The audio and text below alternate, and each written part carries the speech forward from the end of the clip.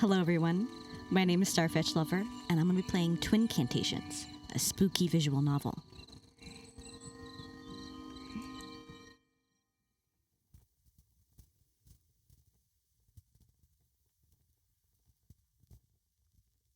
This is a story about grief. Themes of death, suicide, and the metaphysical all come into play. Words shape your journey. Some roads lead to personal reflection, others to harm. But true understanding comes only from walking all paths. Let's forge this story.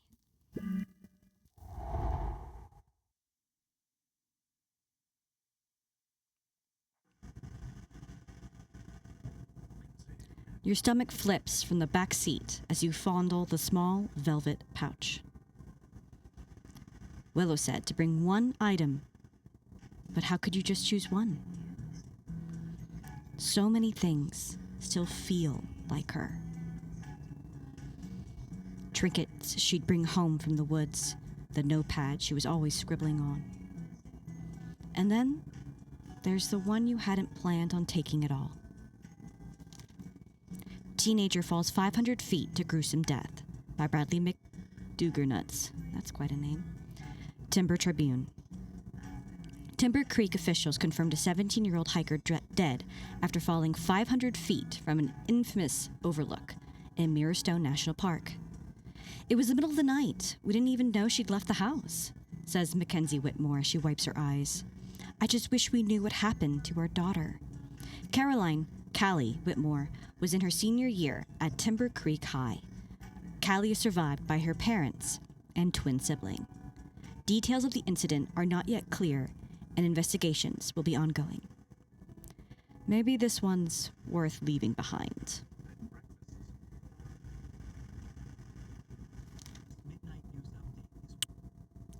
Jace turns off the radio from the passenger seat as Willow cuts the headlights. You must be getting close. The blackness of night doesn't last long, though. As she pulls closer to your destination, the soft glow of neon brushes all three of you in pink. You've arrived.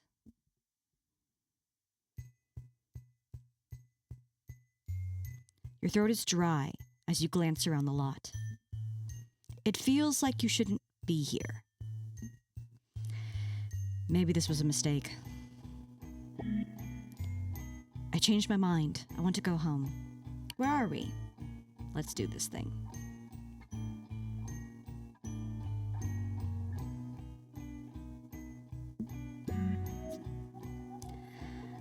Disassociating in the back seat, were we? Oh man, this is getting to you, huh? Don't be embarrassed. I've heard that traumatic anniversaries can cause all kinds of symptoms. We're about 7 miles outside of Mirrorstone National Park. At Shadow's famed and beloved Mystery House. Now remember, Shadow lives in an RV close to the Mystery House. Who knows when he's going to be roaming around, so I have to be super quiet. Please don't look at me when you say that. I'm just saying. Maybe we should all practice our whisper voices in the car. Same, Jace. Same. How's that? Incorrect. Who's Shadow? Why do we have to break into the mystery house to reach Callie? The real mystery is why I had to steal my sister's shit.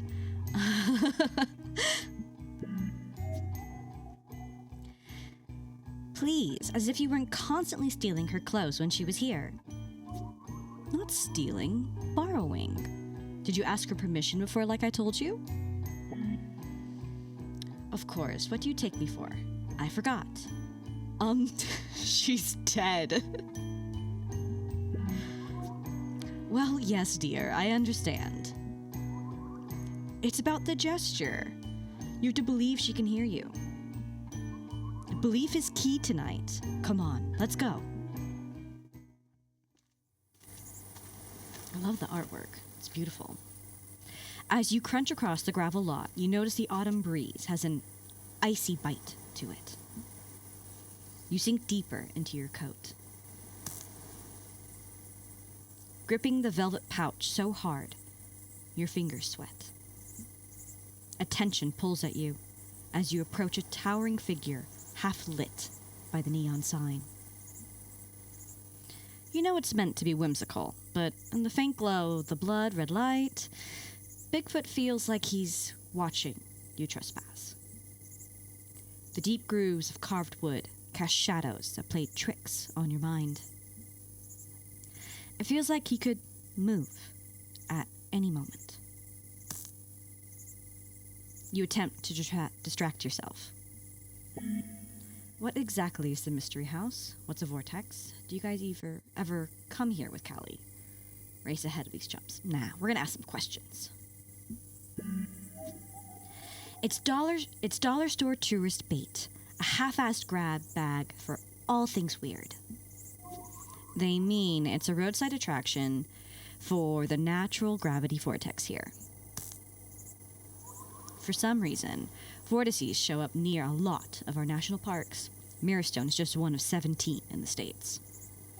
And like clockwork, a novelty shack pops up beside them, catching all those tourists ready to spend some cash. So it isn't real. Jace and I have differing opinions here. There's power in optical illusions. Mercury retrograde, for example. Okay, can we not with Mercury retrograde? The illusion that Mercury is moving backward. Lots of people experience actual disruptions in technology from that phenomenon. Lots of people who are already predisposed to believing their own bullshit. But it's not like we're all looking through the telescopes watching this illusion play out. It's just happening in the background as we go about our lives. But the effect remains. I think there are parts of the mystery house that are real. When you've learned to sense energy, you can feel an intense shift. Even if you haven't, you can tell something is just different here. That's the power of the mind and illusion. Whatever it is, I think you'll agree this place is special in a palpable way.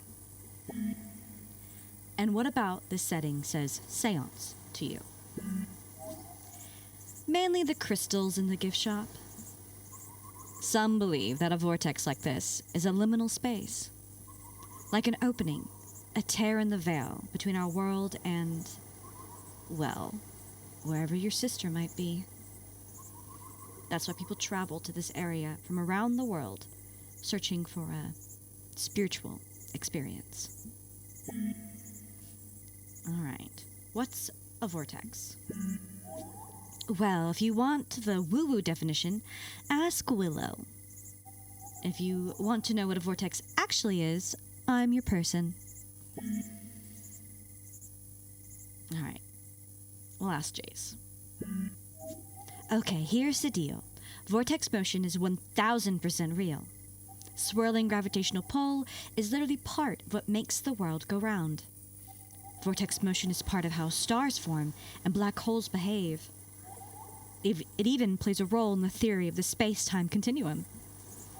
When something supermassive spins fast enough, it actually twists time around it. Something supermassive like, say, a god or goddess?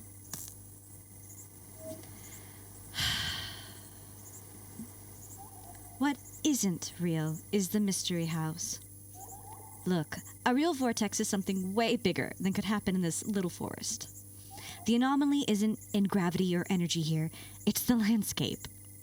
The land itself is the optical illusion.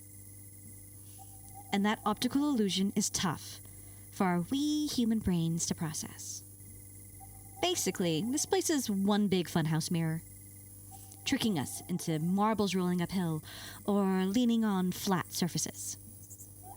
In reality, the only thing getting bent here is your brain, and Shadow knows it. Dudes like him get off on making a buck on tricking people into thinking there's more to our existence than there really is. I think that's messed up. Okay. Did you guys ever come here with Callie? OMG, Callie loved the vortex. True, she was a sucker for anything unusual. But I'm pretty sure she came here more often by herself than with either of us. She and I did cast the occasional circle together out here. She definitely had her own magical practice and her own secrets with the vortex. You raise an eyebrow at the thought of Callie casting a circle. She was quite eclectic, but never used the W word to describe herself. You're starting to wonder, and you're starting to feel a little eclipsed out of her life. Will interrupts your self-pity. I think the thing she loved most was the goddesses. Willow gestures ahead of you, where more statues like Bigfoot dot the paths. Spooky. Ta-da! They're guarding the vortex entrance. The real vortex is hidden deeper in the forest. Inconspicuous. I think Shadow built the mystery house to deflect. Misdirect people's attention, you know? Are you saying Shadow's hoarding this magical portal? You're all crazy.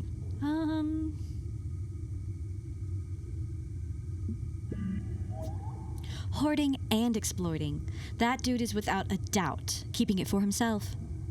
My theory is he's doing some sort of age-gobbling eternal youth ritual. Guarding the power of the place like a greedy old gremlin in the guise of an ancient hippie. So he's doing eternal youth rituals, but looks ancient?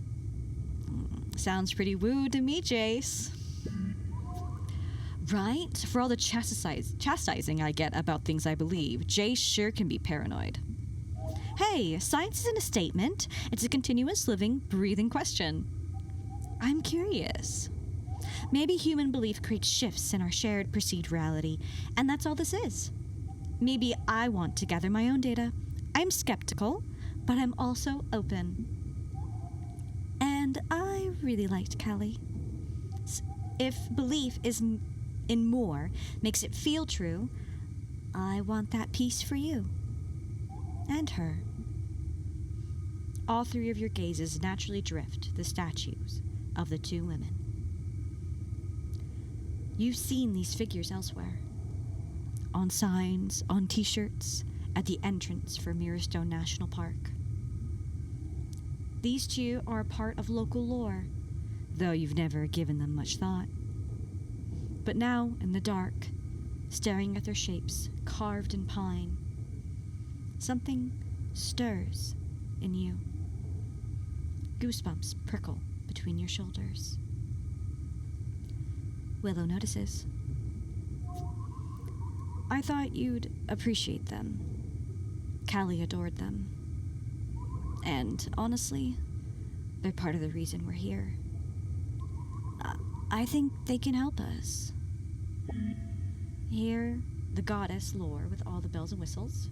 Give the abridged version. Don't care. Let's summon the dead already. No, well, bells and whistles.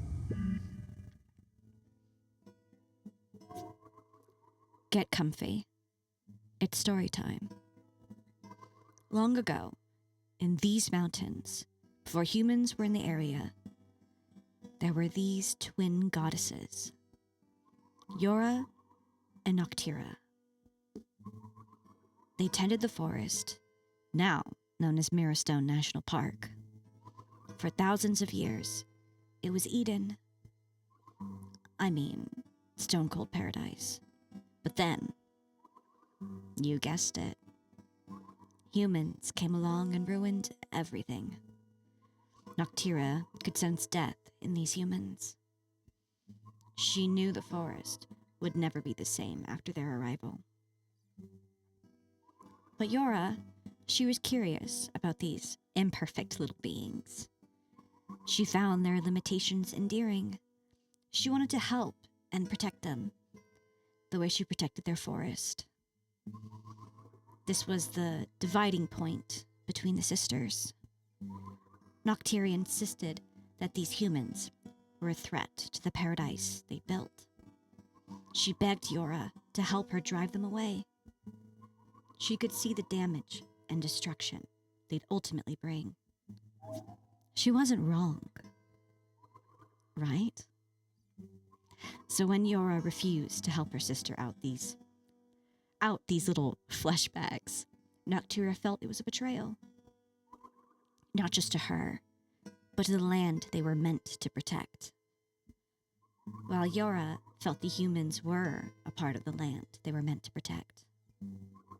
They each felt they were doing the right thing. Ultimately, Yora chose her love of these humans over the love of her sister. And Noctira was embittered by this. She fled to the moon. She said she'd return on one condition. She'd return if Yora brought her human blood, a way to prove her loyalty. But that day never came. Now she lives on the moon, occasionally screwing with park visitors from the night sky, waiting to paint the moon red with their blood. Mirrorstone has one of the highest rates of lost hikers in the country. Thus, the name. Parts of the land that look just like other parts, like a mirror. People get disoriented here, just like they do on Shadow's property. There are people who blame that vague weirdness on twin shenanigans, namely Noctira. I think she's like anyone else who's been rejected. She's withdrawn, misunderstood. Leering down from the moon, giving us a big ol' middle finger. Two sisters, one left behind. It hits a little too close to home. Willow and Jace push past the statues, slipping into the entrance of the dark forest. All right, there are two paths we can take. One goes to the heart of the vortex. We have to sneak past Shadow's RV to get there. We'll call that the adventurous path. It's sketchy AF. Well, the vortex magnifies all kinds of energy, good and bad. So yeah, kinda. The second is less dangerous. It's shorter and more reflective. Personal. Like, real personal. Which way do you want to go? Ah. All right.